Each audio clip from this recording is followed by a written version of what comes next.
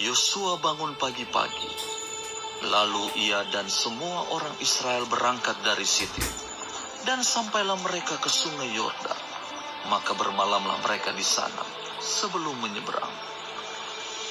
Setelah lewat 3 hari, para pengatur pasukan menjalani seluruh perkemahan dan memberi perintah kepada bangsa itu.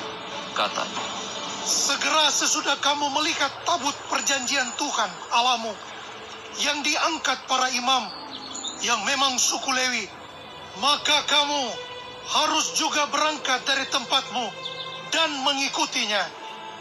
Hanya antara kamu dan tabut itu harus ada jarak kira-kira 2000 hasta panjangnya. Janganlah mendekatinya. Maksudnya, supaya kamu mengetahui jalan yang harus kamu tempuh, sebab jalan itu belum pernah kamu lalui dahulu.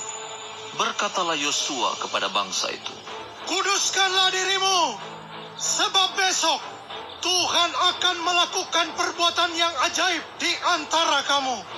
dan kepada para imam itu Yosua berkata, demikian. Angkatlah tabut perjanjian dan menyeberanglah di depan bangsa itu. Maka mereka mengangkat tabut perjanjian dan berjalan di depan bangsa itu. Dan Tuhan berfirman kepada Yosua, pada hari inilah aku mulai membesarkan namamu di mata seluruh orang Israel, supaya mereka tahu bahwa seperti dahulu aku menyertai Musa, demikianlah aku akan menyertai engkau. Maka kau perintahkanlah kepada para imam pengangkat tabut perjanjian itu demikian. Setelah kamu sampai ke tepi air sungai Yordan, haruslah kamu tetap berdiri di sungai Yordan itu. lalu berkatalah Yosua kepada orang Israel, Datanglah dekat dan dengarkanlah firman Tuhan Allahmu. lagi kata Yosua, Dari hal inilah akan kamu ketahui bahwa Allah yang hidup ada di tengah-tengah kamu, dan bahwa sungguh-sungguh akan dihalaunya orang Kanaan, orang Het, orang Hewi, orang Feris, orang Girgasi, orang Amori, dan orang Yebus itu dari depan kamu.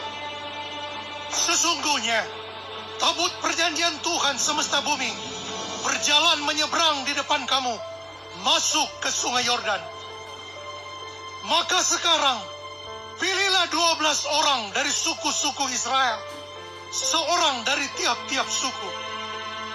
Segera sesudah kaki para imam pengangkat tabut Tuhan, Tuhan semesta bumi, berhenti di dalam air sungai Yordan, maka air sungai Yordan itu akan terputus. Air yang turun dari hulu akan berhenti mengalir menjadi bendungan.